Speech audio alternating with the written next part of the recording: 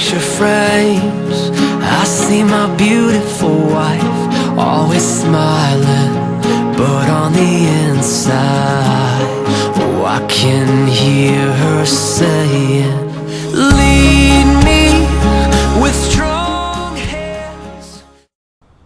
Well, I consider it a privilege to be here with you men, young men. It's a joy to be able to address something that's very dear to my heart as a father, and hopefully being able to convey some of that to you as well, so that you can have the tools and the encouragement that you need as fathers or potential fathers to take back to your families. Start off with a bit of interesting writing that I came across. Nothing to do with fathers. It's just something to do with the bizarre English language. So just breaking the ice here. There is a two-letter word that has perhaps more meanings than any other two-letter English word that is and that is the word up. It's easy to understand up as meaning toward the sky or moving to the top of something, but why do we wake up in the morning just before we get up? At a meeting, we must speak up in order to bring up a topic. Then it's up to the secretary to write up a report, unless she can think up an excuse. We call up our friends and ask them to come up for dinner. For them, we brighten up the room and we polish up the silver, hoping they've worked up an appetite. We mess up the kitchen cooking up a meal and using towels to soak up spills. Afterward, we have to clean up, and the next day we warm up the leftovers. Sometimes guys lock up their house, line up to buy parts, and then fix up their old cars. Politicians stir up trouble, especially when they're up for election. To be dressed is one thing, but to be dressed up is something very special. A drain must be opened up because it is stopped up. If your can of Drano is empty, it's all used up. We open up a store in the morning, but at night we close up the shop. If it looks like rain, we say it's clouding up. When the sun comes out, we say it's clearing up. When it rains, some things get wet and may end up being all rusted up. But when it doesn't rain for a while, then everything dries up, and in the winter, things can freeze up. We seem to be pretty mixed up about up. If you want to know more about up, look it up in the dictionary.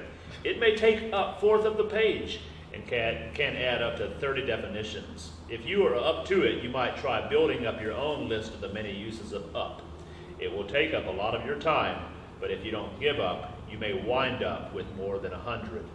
I could go on and on, but my time is up, and I'm going to wrap it up by shutting up. Now, you can forward this note, or you can just delete it. It's up to you. So I had the privilege of sharing that last week in Papua New Guinea with a number of educators over there in the tribal setting. They were quite amused by that, especially them having English as a second language. They thought that was very interesting. The father's mandate, and I'm encouraged by the fact that there are some fathers here today that I believe, just from talking with you, have been very interested in the well-being of your children. And some of you have had the privilege of working with your children at activity days with Jubilee College, and I'm always encouraged by the interaction that I have with the children. And I can usually count on it when I see some children, how they respond and act in those days. I can almost tell you what kind of father they have at home. And I want to commend fathers that are here for doing such a good job. When we think about the father's mandate, one of the reasons I chose this title for this topic today was because we do have a mandate to go by in relation to our job as fathers. I think it was Bill Shorten just in the whole election fiasco. He was saying the coalition has lost its mandate. And whether that's true or not, I know it's in that thing about up that I just read, politicians sometimes do stir up a bit of trouble, and we're aware of that. But I would like to suggest to us that in the larger picture, fathers have lost their mandate, and that's sobering. That is frightening to us, because when we understand that fathers do have a mandate to follow, and they're not following. And sometimes we realize that if they don't pick up that ball and go with it again, nobody's going to do that. There is this story about 4 people. Maybe you've heard this before, I'm not sure. But it's a story about 4 people named everybody, somebody, anybody, and nobody. There was an important job to be done, and everybody was sure that somebody would do it. Anybody could have done it, but nobody did it. Somebody got angry about that because it was everybody's job. Everybody thought anybody could do it, but nobody realized that everybody wouldn't do it. It ended up that everybody blamed somebody when nobody did what anybody could have done. Now that's a bit of a tongue twister, I realize, but it does give us a perspective about this whole idea of the Father's mandate, that if we don't do it, nobody will do it. And we want to point that out to us as we go throughout this topic today.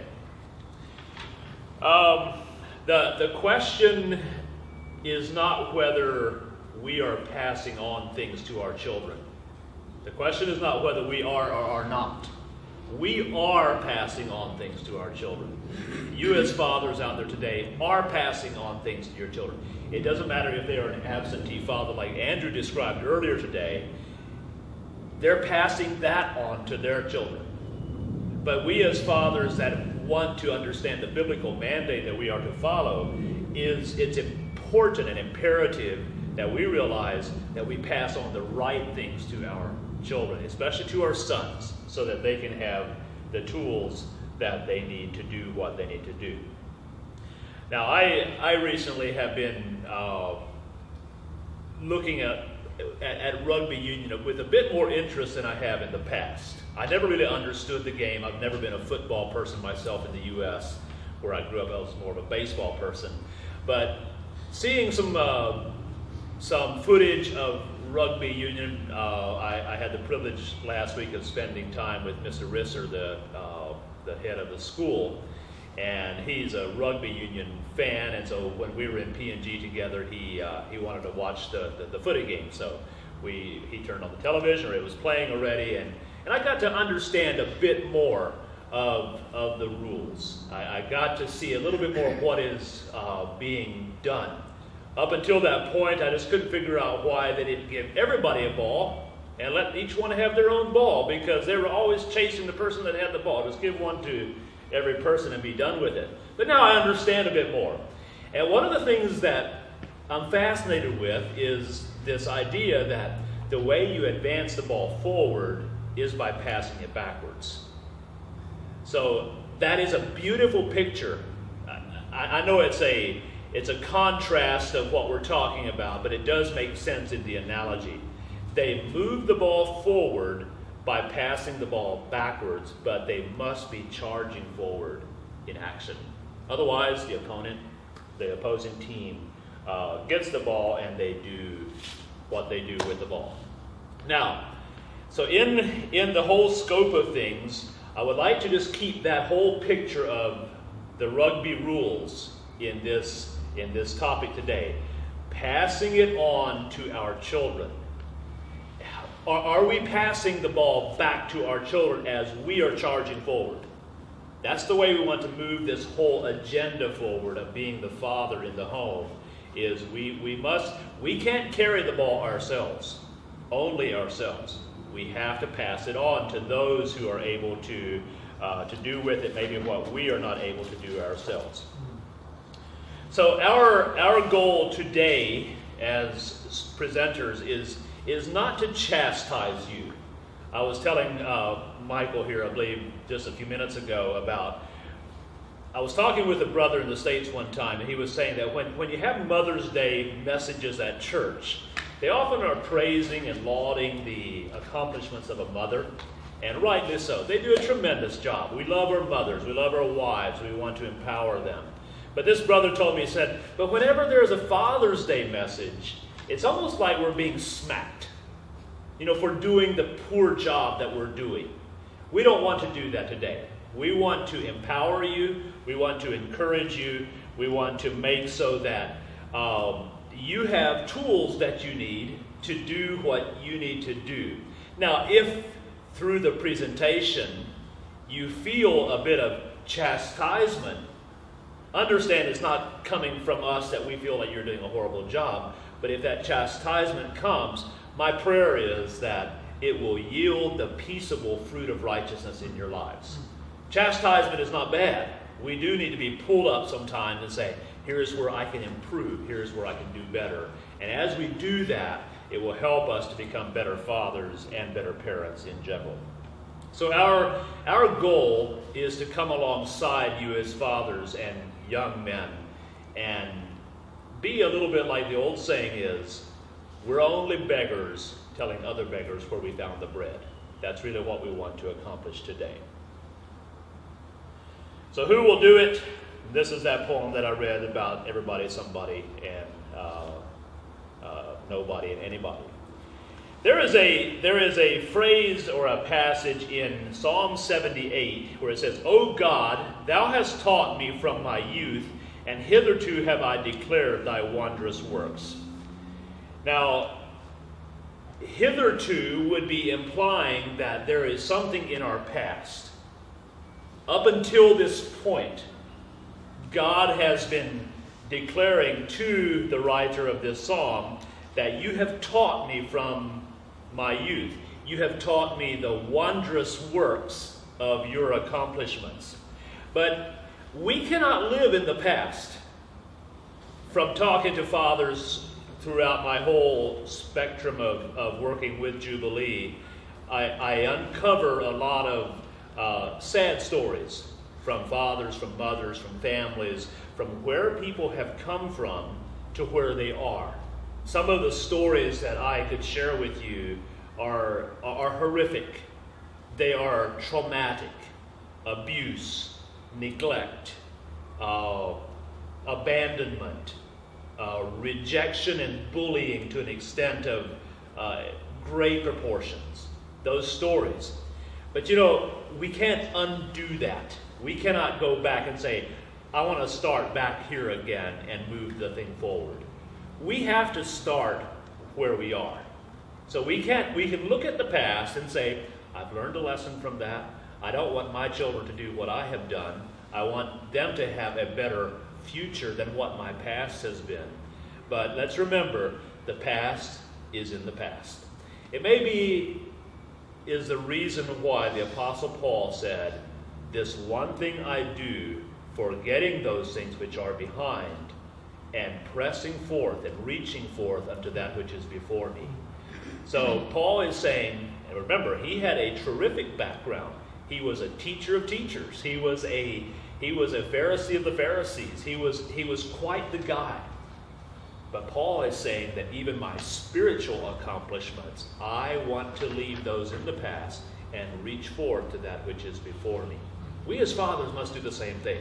In our families, we must forget that which is behind us and say, look, I have a horrible past. My father abused me. My father neglected me, etc., etc. I don't have the opportunity that maybe you guys have.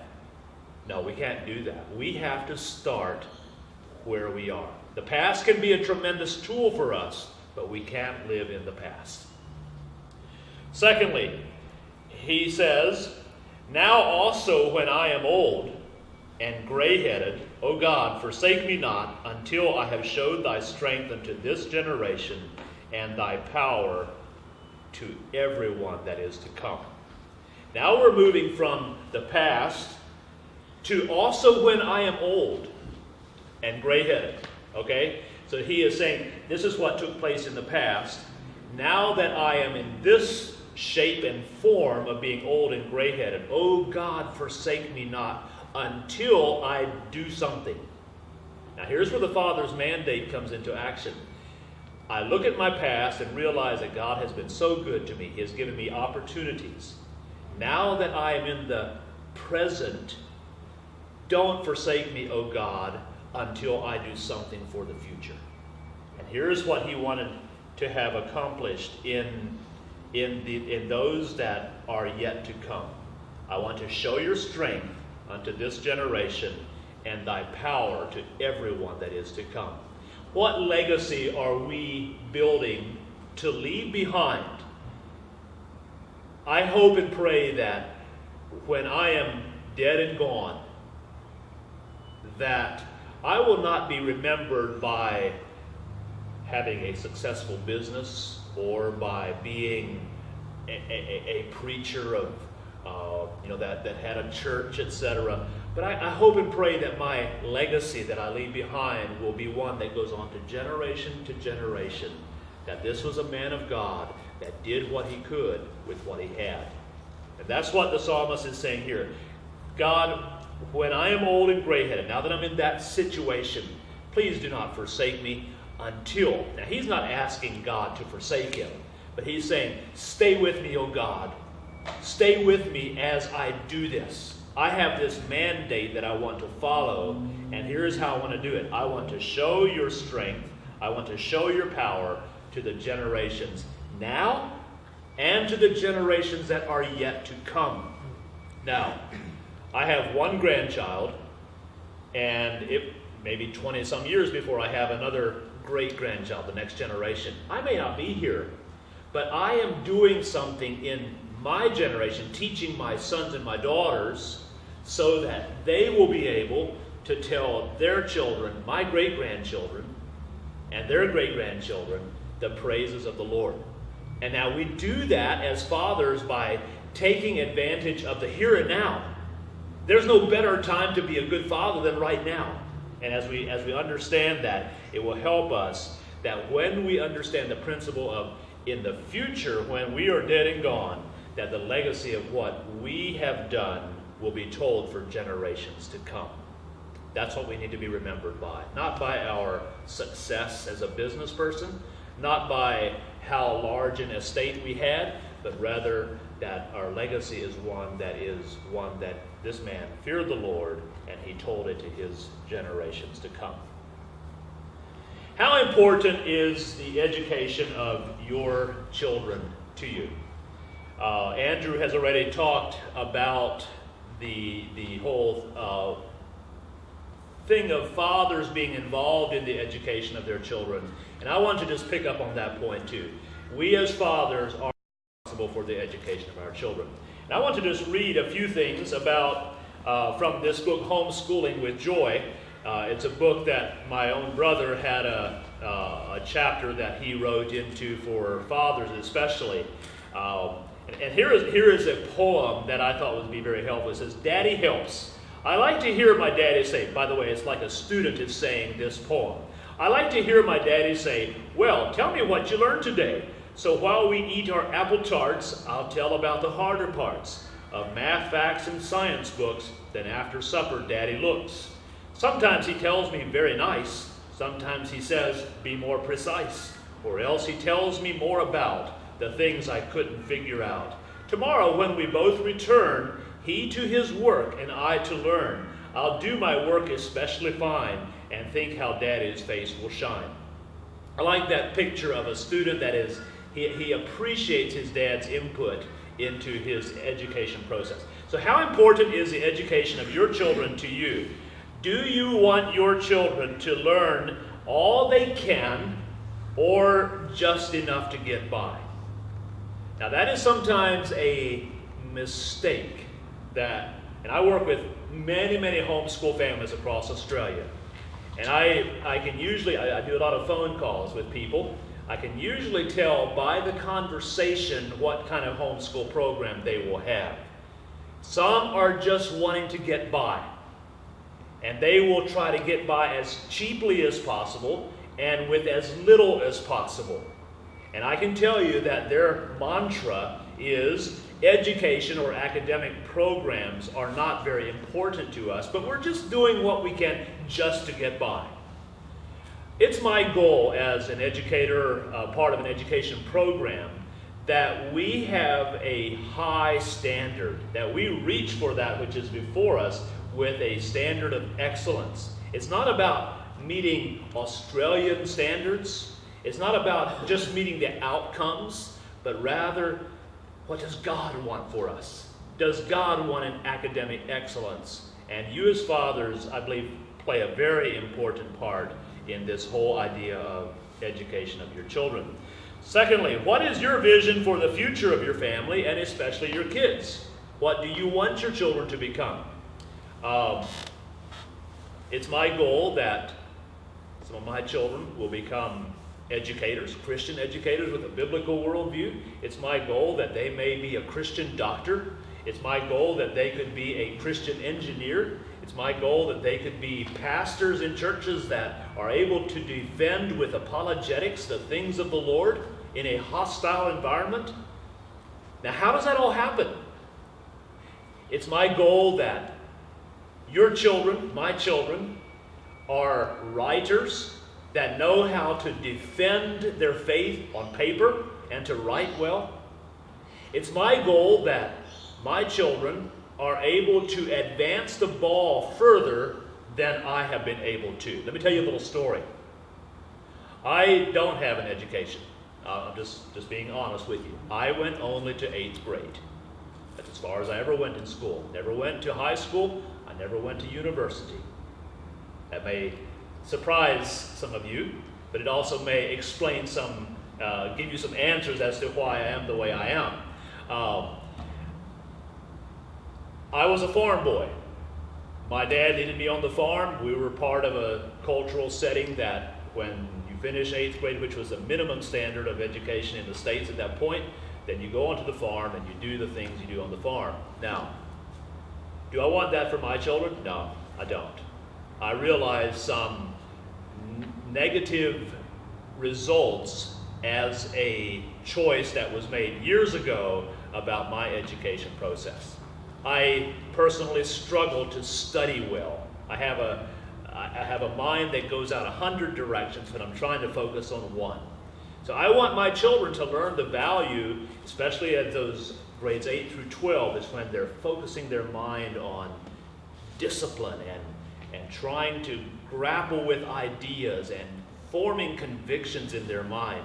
I want my children to be able to go further than I did. I was in Poland one time preaching at a seminar there. I was preaching through a translator, and I was telling them largely the same story that I'm telling you today. The translator, he heard me say when I said that I have only gone through grade 8. He thought I was saying I have only gone till I was 8 years old. And so that's what he told the whole audience there in the congregation. Then they were really surprised that this farm boy only went till he was 8 years old, grade 2 basically. Why am I saying this? Am I saying that academic excellence and an academic projection is the ultimate experience in life? No, I'm not. What I am saying is use those tools to enhance the glory of God. So that, and I feel like this is the highest applause and accolade that could be given to any person, myself included, you as fathers, you as young men, is the same one that was given to Peter and John after they had healed that man that was sick. It says they perceived that they were unlearned and ignorant men, and they took knowledge of them that they had been with Jesus. That is the highest praise and accolade that can be given to you. It's not about how many degrees we can put after our name. Some people have so many degrees, it's a wonder they're not called Fahrenheit. So it's not about that. It's rather about we can use all these resources, all these curriculum tools that are part of your home education process to actually enhance the knowledge of Jesus. That's our goal. That's what we want to empower you. And that's what I want to convey as a vision for your future, for your family, and especially for your students that are part of your home education process. Thirdly, on a scale of 1 to 10, what priority do you as fathers place on the education of your children? And I'm not asking you to grade that, but I wonder if we would ask your wife, if we would ask the mother in the home these same questions, would she have the same response as what you have? That's a challenge for us. Where does your wife feel that you are in relation to your academic program in your school? One of the thoughts I will clarify, and I think Andrew would very much agree with me on this, is it's very important that we as fathers are involved in our education at home process, especially if the mothers in the home are involved in the day-to-day activity. My wife has sometimes complained to me that I'm not involved enough. And so I take that challenge. I go into the house and I say, all right, let's have a look. Let's get it done. And she says, hold on. We have some plans in place here. And it's important that you come in and walk alongside of us. So I don't want any of you to go home today and say, all right, I'm taking over the home education of my children, and just completely trod over your wife's responsibility. Come alongside and work closely with your wife and find out where the weaknesses are, and be that guide as you walk alongside her. Don't try to take over. Don't try to come in and implement rules without first consulting her. It's important that you work with her. I view it a little bit like this. You as a father are the principal in the home, but she's the teacher. A principal does not go into a classroom and say, all right, today I'm going to teach the class. He maybe does sometimes, but he rather just makes sure that there is a control happening that is right for the environment of that home education process. I would like to look in our Bibles at Judges chapter 2. If you have your Bibles and want to follow along, I would like to just read a few passages here and help us to see some of the results of choices that were made. In Joshua chapter 2, verses 6 through 13, here is what is being said. Judges chapter 2. I gave you the wrong passage. Joshua, Judges chapter 2 and verse 6. It says that when Joshua had let the people go, the children of Israel went every man unto his inheritance to possess the land. And the people served the Lord all the days of Joshua, and all the days of the elders that outlived Joshua, who had seen all the great works of the Lord that he did for Israel. And Joshua the son of Nun, the servant of the Lord, died, being 110 years old. And they buried him in the border of his inheritance in Timnath-Heres, in the mount of Ephraim, on the north side of the hill Gaash. And also all that generation were gathered unto their fathers, and there arose another generation after them, which knew not the Lord, nor yet the works which he had done for Israel. And the children of Israel did evil in the sight of the Lord, and served Balaam. And they forsook the Lord God of their fathers, which brought them out of the land of Egypt, and followed other gods of the people that were round about them, and bowed themselves unto them, and provoked the Lord to anger. And they forsook the Lord, and served Baal and Ashtaroth. And the anger of the Lord was hot against Israel. Now, the point I want to make is this. There was a group of people that was there in Israel that had a tremendous advantage to be doing what God wanted them to be doing. But it says that there arose a generation which knew not the Lord. Now, whose fault was that? Was it the generation that arose? They were just such a hodgepodge of people that they had no recollection and no ability to learn? Or was it maybe the generation preceding them that had failed in a mandate? Now, if you go back to Deuteronomy chapter 6, here is what was instructed them. It says that we could read so many parts of this passage, but let's look especially at verse 10. And it shall be when the Lord thy God shall have brought thee into the land which he sware unto thy fathers, to Abraham, to Isaac, and to Jacob, to give thee great and goodly cities which thou buildest not, and houses full of all good things which thou fillest not, and wells dig which thou diggest not, vineyards and olive trees which thou plantest not. When thou shalt have eaten and be full, then beware lest thou forget the Lord which brought thee out of the land of Egypt from the house of bondage. So the instruction by Moses was to the people, when you come into the land that is full of all these things that you did not work for, then beware lest you forget the Lord your God. Now that word forget is actually a very common term that we would use, especially for those of us that are a bit more undisciplined. It's the idea of mislaying something. I have a terrible habit. Just this morning I was trying to find what the pair for this thing.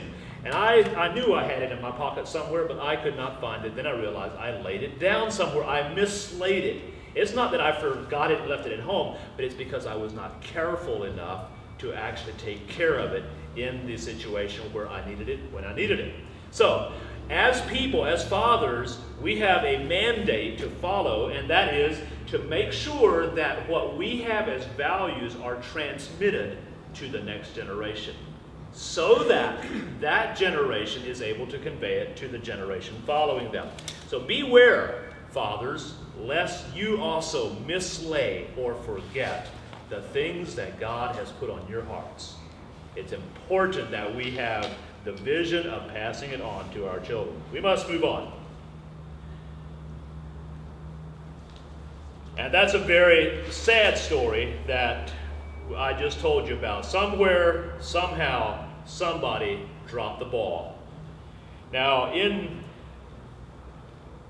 the whole scope of things, we could have a lot of reasons why they dropped the ball. Maybe it wasn't instructed to them well enough. Maybe they never really had the ball to start with. Maybe they had a hard hit by the opponent.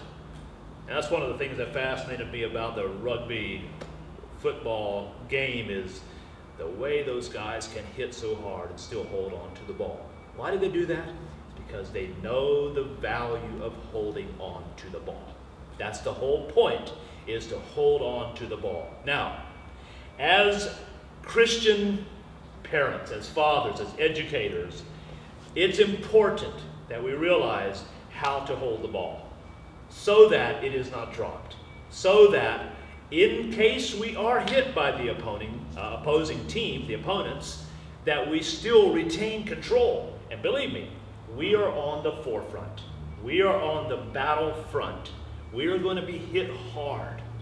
But let's remember, the ball is in our possession. God has promised us that He will never leave us nor forsake us. But as we do that, let's remember to pass that ball back to the generations coming so that they can also carry the ball into the end zone. So today we are not focusing so much on why the ball has dropped, but rather focusing on this whole idea that truth has fallen in the streets. Now there's a passage of scripture in Isaiah chapter 59 that talks about that. It says that, I believe I'll just read that. Isaiah chapter 59, it's a beautiful, it's a story that is sad, but at the same time it gives us a beautiful picture of what will happen when people do stand in the gap. Isaiah chapter 59, here is what the Bible teaches us. In verse 14, it says, "And judgment is turned away backward, and justice standeth afar off. For truth is fallen in the street, and equity cannot enter. Yea, truth faileth, and he that departeth from evil maketh himself a prey. And the Lord saw it, and was displeased that there was no judgment. And he saw that there was no man, and wondered that there was no intercessor. Therefore his arm brought salvation unto him, and his righteousness it sustained him. For he put on righteousness as a breastplate, and an helmet of salvation upon his head. And he put the garments of vengeance for clothing, and was clad with zeal as a cloak." Now, there's a lesson to be learned here. It says that truth has fallen in the streets, and equity cannot enter. Now, the thing is not so sad about truth falling in the street, but the sad part about it is there was no man there to pick it up, to brush off the dust, and to run with the ball again. Now, the point I want to make is this. It says here, it says, "He that departeth from evil maketh himself a prey." Let me describe that to you. We live in a culture where especially fathers and the roles of fathers are downplayed and minimized. We hear terms such as, in instructions given to children about how to be safe when you're in town, I hear it all the time. When you're in an environment where you feel unsafe, what should you do? Invariably, the conversation is always call mom, always call grandma, always call mom, always go to mom. Now that's fine. I'm glad we have mothers that are protectors. But the thing that bothers me, it seems like we have adopted a culture to where that dad is kind of like a bumbling additive. He's kind of like just a appendage that is left over. He's good at bringing children into this world, but as far as trying to protect them, it's almost like there is dad's kind of out there somewhere. And unfortunately, many times that's the case. Now that is the point I want to make.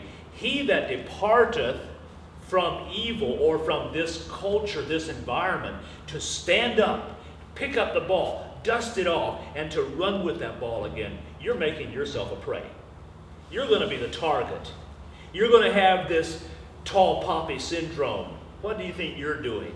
After all, we're just blokes. She'll be right, mate. Don't get too stressed out about it. That's not God's way. God's way is for men to pick up truth, dust it off, and to run with it. Now that often means running against the flow. It often means going against that which is culturally acceptable and moving in a direction that hardly anybody else, if anybody else, is going that direction. But I believe that that's what God is calling us fathers to. That's our mandate, is to run the opposite direction.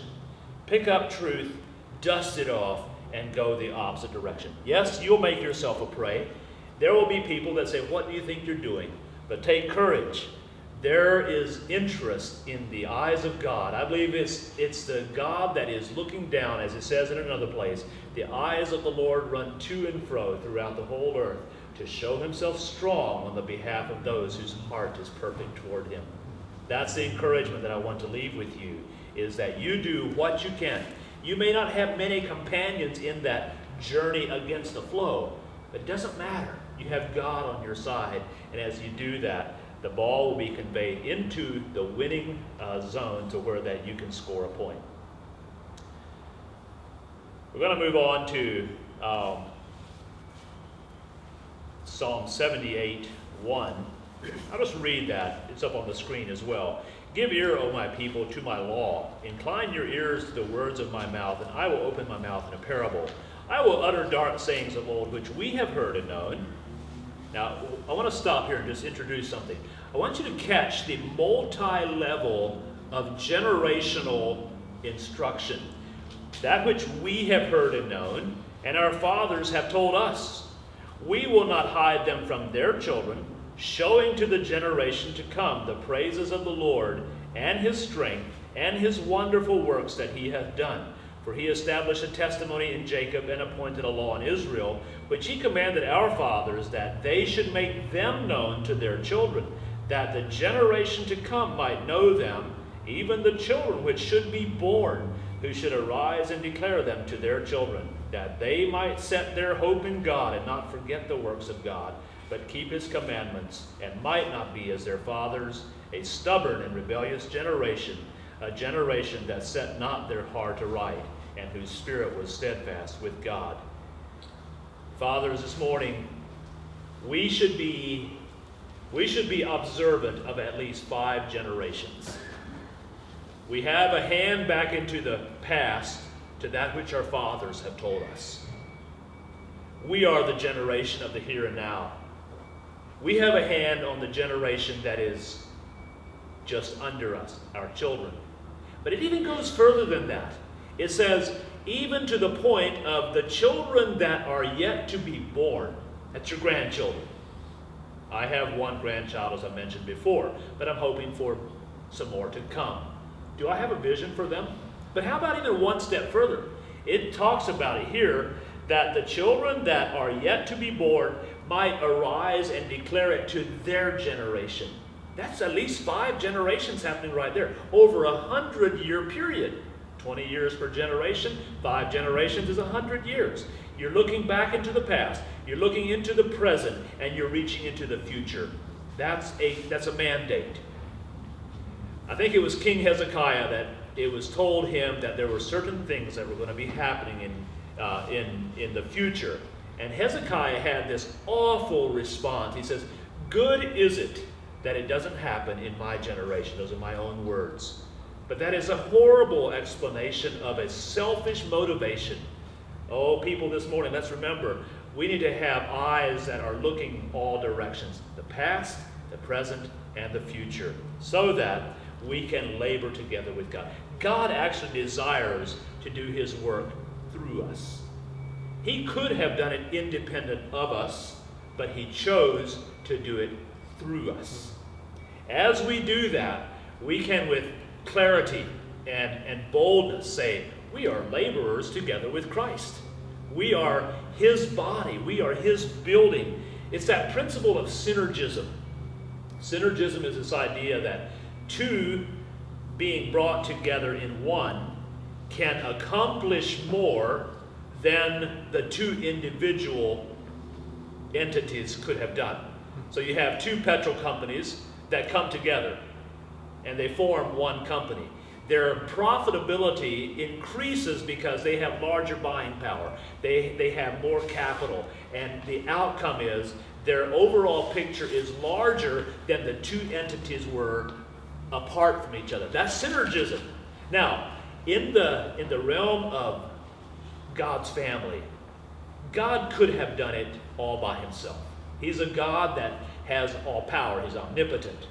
But he has chosen to do it in a way that involves you. And he wants to do it that way. He wants to labor together with you so that the outcome is not just God doing it, but he can say, I've used my creation to accomplish my purposes. That's the whole design of God, is so that we can be laborers together with him. Now, earlier we had this idea of who was to be doing it. It was the generation that was present. They were to be doing this. That's the who part of that. Now we come to the why. This is why you're supposed to be doing it. We come to the point so that their hope might be in God. We have who, it's the generation that is present. The what was that they might declare the wonderful works of God, so that, the why part, so that their hope might be in God and they might not forget his works and keep his commandments. Once we understand the why of something, and that's important, once we understand the why of something, conviction sets in and it becomes more than just an obligation to do it. We have responsibilities as fathers to provide for a family. We have an obligation to that. And we sometimes do it because it's an obligation to us. But once we understand the why behind it, then it becomes a conviction and it will actually be a drive in our spirit. That's important to realize, that the why we must understand. And the scriptures do not leave us in the dark as to why we are to do what we're supposed to be doing. It tells us who's supposed to be doing it, what we're supposed to do, and then it tells us why we are supposed to be doing it. So I'd like to just point out these 5 generations. We have fathers. That's you and I. My wife and I have 10 children. If they all get married, I'm just giving you some statistics now. If they all get married and only have 5 children, that's half of what my wife and I have had. But if they only have 5, in 5 generations' time, if that chain continues on, they each get a husband or a wife, and then they have 5 children. In 5 generations, I will have impacted myself over 3,000 people in 5 generations. That's if they only have 5 children. Now, some people say that's a huge family, but in comparison to what I have, it's a small family. It's only a half-size family. So you take that times 10, exponentially it increases. And then you go on to that next level of the 6th generation. It just keeps getting larger and larger. Can we actually make a difference in society? Now, we look at the crowd here this morning and say, weren't other fathers interested this morning? Why didn't they come? Our goal is, if we can impact one person here today, if we can put a burden and a desire in a young man's heart today for a godly family of a father that is leading, it will have been worth it all. So we have fathers, we have their children, and the generation to come, and the children not yet born, and their children. Those are the 5 generations that we should have an eye upon as fathers, so that they can carry the ball into the end zone. Now, this was Old Testament principle. This was something that was very foundational, especially in a Hebrew culture, that they would have this mantra of passing on so that they would not forget where they came from, why they were here, and where they're going. That's important. But how about the New Testament? What does the New Testament say about that? In the book of Timothy, Paul is telling Timothy, the things which you have heard of me among many witnesses, the same commit thou to faithful men, who shall be able to teach others also. Now, this is now taking it outside the realm of genetic family, father, son, grandchild. This is now actually taking it from a setting like we have today, where Kirk finds a young man in his church that he's able to entrust the mantle to. And that young man then finds 2 other people, and before long, this thing grows exponentially. That's what it's talking about. The same commit thou to faithful men. So we need to have our eyes open for faithful men, fathers. Look for faithful men that you can share your vision with and share your passion with, so that they will be able to teach others also. I learned something several years ago as a pastor that was very valuable to me. I realized that it's no way, like Andrew was saying, we can't really meet the needs of every person. I can't meet the needs of every homeschool family in Australia. I work with many of them. I talk to many of them. I try to help them. But I realize I cannot do what needs to be done for every family in home education, in people that have questions about church life. But I can make a difference in 1 or 2.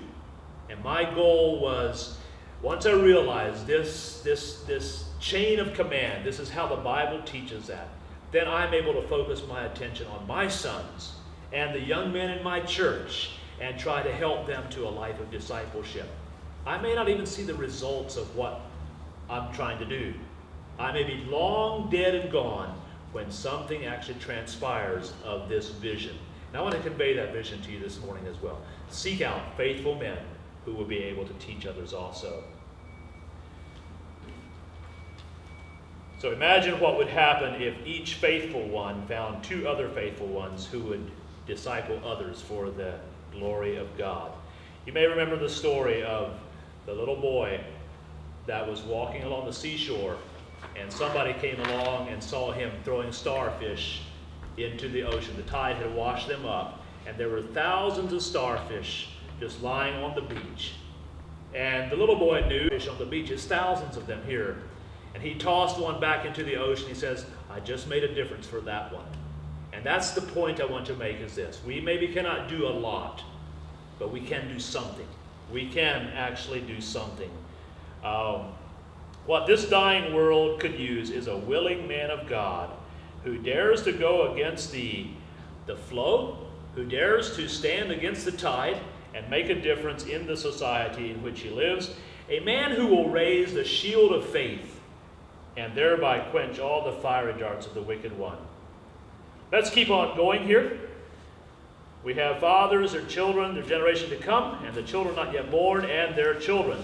In Joel, it talks about, tell ye your children of it, and let your children tell their generation, and their children another generation. I just wanted to bring out some New Testament and Old Testament passages that deal with this concept of telling it to the next generation. I've only touched a few of them. There's many, many more out there that we could talk about. So whether we are grandparents, parents, or young people still to become parents, we can work together to be examples and models of what the Christ life looks like to the younger generation. So the mandate is this, in conclusion, the mandate is to exemplify the Christ life. See, the mandate is not to just ensure that you have a good academic program in place. That's important. But the mandate is to exemplify the Christ life.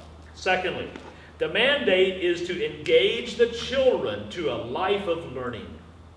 Andrew mentioned earlier today, just teaching them the disciplines of life. Wipe your shoes before you enter the house. Say please and thank you as proper terms of respect, and Be respectful to older people. Those are life lessons that must be learned. So the mandate is to engage the children to a life of learning. Paul said in 1 Corinthians, I believe it was, be followers of me as I follow Christ. That's exemplifying the Christ life. Can you say to the generation coming after you, follow me, I'm following Christ? Jesus said, and I like to think of this as an invitation as well as a command. Jesus said to followers that would come his way, come unto me and learn of me, for I am meek and lowly in heart, and you shall find rest unto your souls. For my burden, for my yoke is easy, and my burden is light. And that's an important, those are educational terms that are being used. The rabbis of those days would try to gain recruits. They would try to recruit people to come and join their school. And that school of learning that would be from a rabbi was called a yoke. They would take the yoke of the rabbi upon them, and they would teach them rigorously the laws of the Hebrews. They would teach them the Pharisaic laws, and there was competition among the rabbis to try to get the most students from the crowd. Jesus came on the scene, and he says, come unto me. If you want to be part of my school, come to me and learn of me, for I am meek and lowly. The other people were saying, our school is the best. I have the most to offer. I have this idea, this agenda. There was nothing about meekness and lowliness that was coming forth from the rabbis. In fact, they were known for their arrogance and haughtiness. Jesus says, my yoke is easy and my burden is light. And he invites us as fathers to come and to learn of him.